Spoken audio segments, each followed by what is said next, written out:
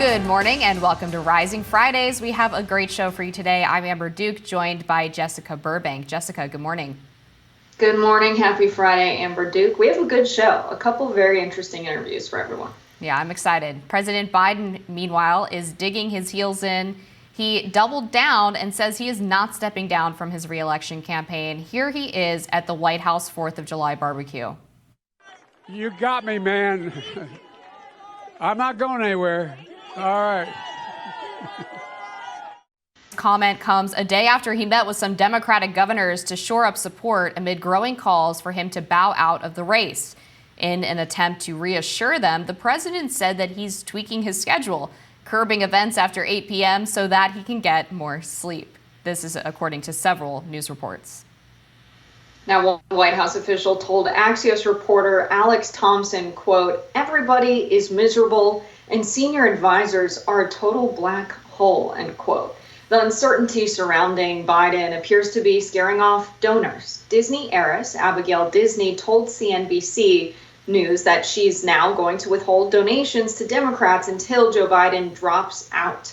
Major donor philanthropist Gideon Stein said he's decided to pause planned donations of $3.5 million per CNBC again. Now, Netflix co-founder Reed Hastings, who's become one of the Democratic Party's biggest donors, joined the chorus of people calling for Biden to relinquish his bid for re-election. And the bad news for Biden just keeps stacking up. A new New York Times Siena College poll published this week shows he's now behind former President Trump by 6 percentage points. Among likely voters, he is 43% compared to Trump's 49%. And among registered voters, Biden has 41% and Trump has 49%. So things are not looking very good for someone who is called Sleepy Joe to hear that he needs to get to bed earlier. Also, in that meeting of Democratic governors, he apparently said, "It's just my brain," and the reactions in the room were mixed.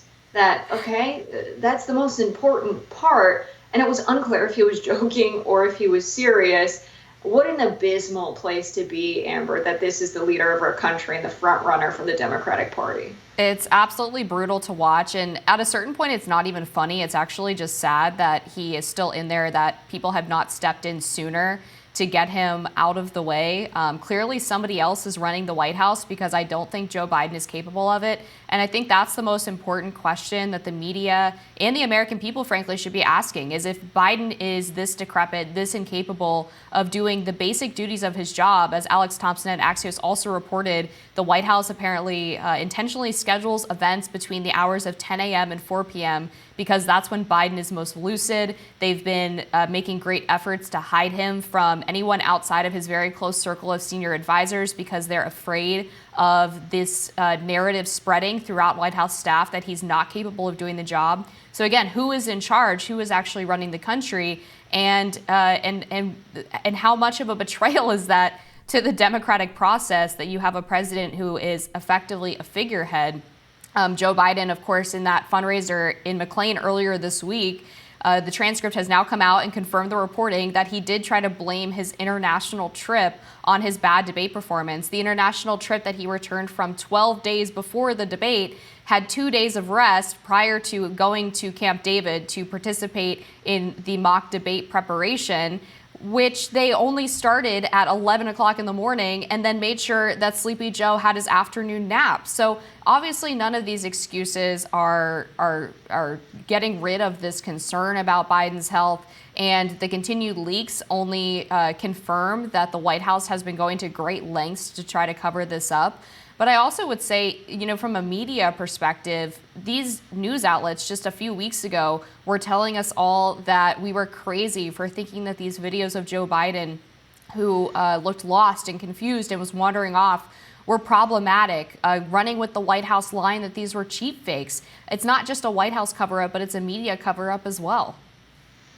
It's interesting to hear coming from the Joe Biden camp that the donors saying this are trying to force him out, that the media is trying to force him out. No one's forcing anything. The media is making commentary on what they observe, and the donors don't want to burn their dollars. They don't want to give $3.5 million to a surely losing campaign. That's how a lot of people see Biden being at the top of the ticket in 2024 in November, when 70%, over 70% of the country rather, sees him as unfit for public office. How can we see this guy as a winning candidate? Sure, some people are always going to be party loyalists and vote for their party. We see this reflected in the polls.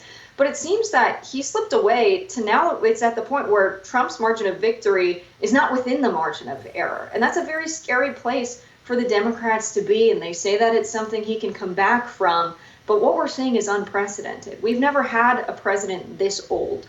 We've never been at a stage of the campaign where the approval ratings are this low and that many people don't even think he's cognitively fit to do the job. And in the age of social media, people are seeing it play out on screens all day long, every gaffe this guy has. And when we talk to the former press secretary with the Bidens, focusing on Jill Biden right after the debates, the statement was about how the Bidens handle this sort of thing is that when they feel that they're cornered or they're being pressured into do something, they tend to double down, that that's their personality. It's very scary that a personality trait could cost Democrats the White House and could be running our country into a direction where it is the senior advisors of Biden making the decisions, not the candidate people voted for. Exactly. And the only way that Biden can get away from this perception now that he's unfit for office is to go on a tour of unscripted media events and campaign rallies. And the truth is he's not capable of doing it. So his team would never agree to that because they know that it's only going to make the perception worse. I mean, this is a guy who, after the Robert Hur the Robert Hur report came out, the special counsel Robert Hur saying that he would not prosecute Biden or recommend prosecuting Biden for his withholding of classified documents because he's just a well-meaning elderly man with a poor memory, and no jury would believe that he had the intentional motive to withhold those documents, and they would never convict him, essentially. Joe Biden came out in a relatively unscripted event. He was fuming, he was angry, and he went on to actually make it 100 times worse because he accused Robert Hur of lying. He accused Robert Hur of bringing up his son's death, Beau Biden's death, during the interview, which the transcript later confirmed that it was actually Joe who brought up Beau Biden's death and misclassified the time that he died by several years at least. And then went on to answer a question about a potential ceasefire in Gaza and mixed up the presidents of Egypt and Mexico. So they can't send him out on an unscripted media tour because they're afraid of exactly that same scenario happening. Instead, they have him sitting down for a pre-taped interview with ABC's George Stephanopoulos, who was a Democratic operative. He worked for the Clintons and previously went off on Nikki Haley for saying on his show when she was running for president that she thought that Biden was not capable of lasting another 4 years in office. George Stephanopoulos accused her of not having evidence to support her theory. So they're running to a friendly media interviewer for a pre-taped interview that, of course, could be edited. ABC, due to backlash, has now committed to releasing the interview in full as well as the transcript, when previously they were going to actually release it in snippets, some on Friday, some later in the weekend. I mean, I don't know what they can do at this point because, again, there's no way for them to just send Biden out and have him get rid of the perception because it's not just perception, it's reality. Honestly, at this point, I think about the senior aides and, Biden's team, the folks closest to him, and how it's very likely they're making key decisions that the president should be making, and that it's very likely that they're not telling him to step down because they like the power that they have in this moment, when they get to make far more decisions than if they had a president in the White House that had their full cognitive abilities. That's scary. That's why there's Weekend at Bernie memes with Biden photoshopped on trending on Twitter right now. It's laughable, but it's also extremely sad. And to see pundits running cover is ridiculous. You had Aaron Rupar get into a lot of drama on Twitter. It was hilarious to watch, tweeting things like there's not a single named source in this piece, which depicts that many people close to Biden who have had meetings with him have talked about the cognitive decline for a while. And the journalist who produced the piece responded on Twitter and said, I don't recall you having a problem with any of my anonymous sources who have provided critical information on Donald Trump in the past few years. And that really just highlights the hypocrisy we're seeing here from Democratic pundits, willing to question any reporting that is negative about Biden, but those same pundits did not need named sources for criticisms of Donald Trump or pieces of information that looked bad for his candidacy. And so it's just sad to see the hypocrisy play out in full time as well. And who are you running cover for? The senior aides that are running the White House? Yeah, it's a great question. And I also think the Democrats might be hesitant to replace Biden on the ticket because they also recognize that this is not a November problem. This is not a next 4 years problem. This is a right now problem. And if they acknowledge that Biden is not well enough to complete the campaign, then he's not well enough to be president, then you have to invoke the 25th Amendment and get this guy out of office and have Vice President Kamala Harris take over. Obviously, the Democrats don't want that to happen. But I think that's the type of situation that we're dealing with right now, where you can't just argue that Biden needs to go because he can't beat Trump, because that would be taking a choice away from the primary voters, which would be anti-democratic. You have to say that Biden has to go because he's not mentally well enough to do the job, which again is a 25th Amendment territory argument. So I think that they're trying to be very cautious and tiptoe around the reality that he is just not up for it, that he's not cognitively well. But nobody will outright admit it. Even the Democrats who have called on him to step aside have all made it about saving democracy or beating Trump, but none are willing to admit the truth about Joe Biden.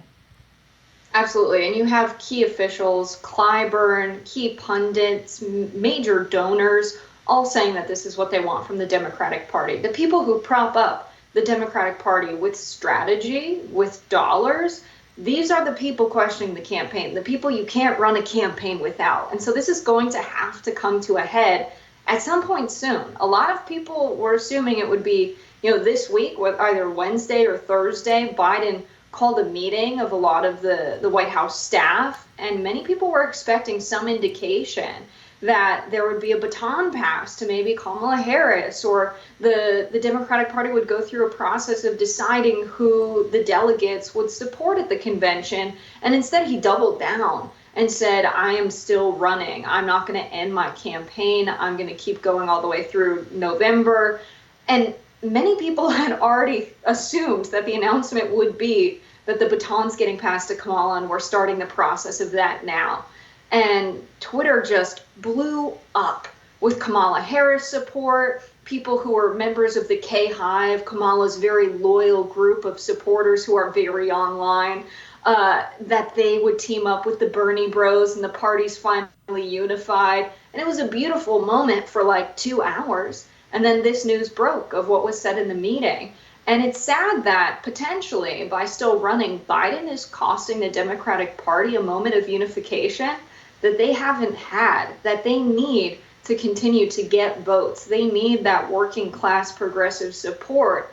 Otherwise, I don't think we can see them recovering from this, running a president like Biden into 2024. Yeah, and if they are going to push it out, they have to push him out, rather. They have to do it soon, because the Ohio ballot, they need to provide their name for the nomination in just about a month from now. I believe that's August 7th is that deadline. So they don't have much time to sort this out. Of course, we're going to continue to follow this story with all of the latest developments right here on Rising.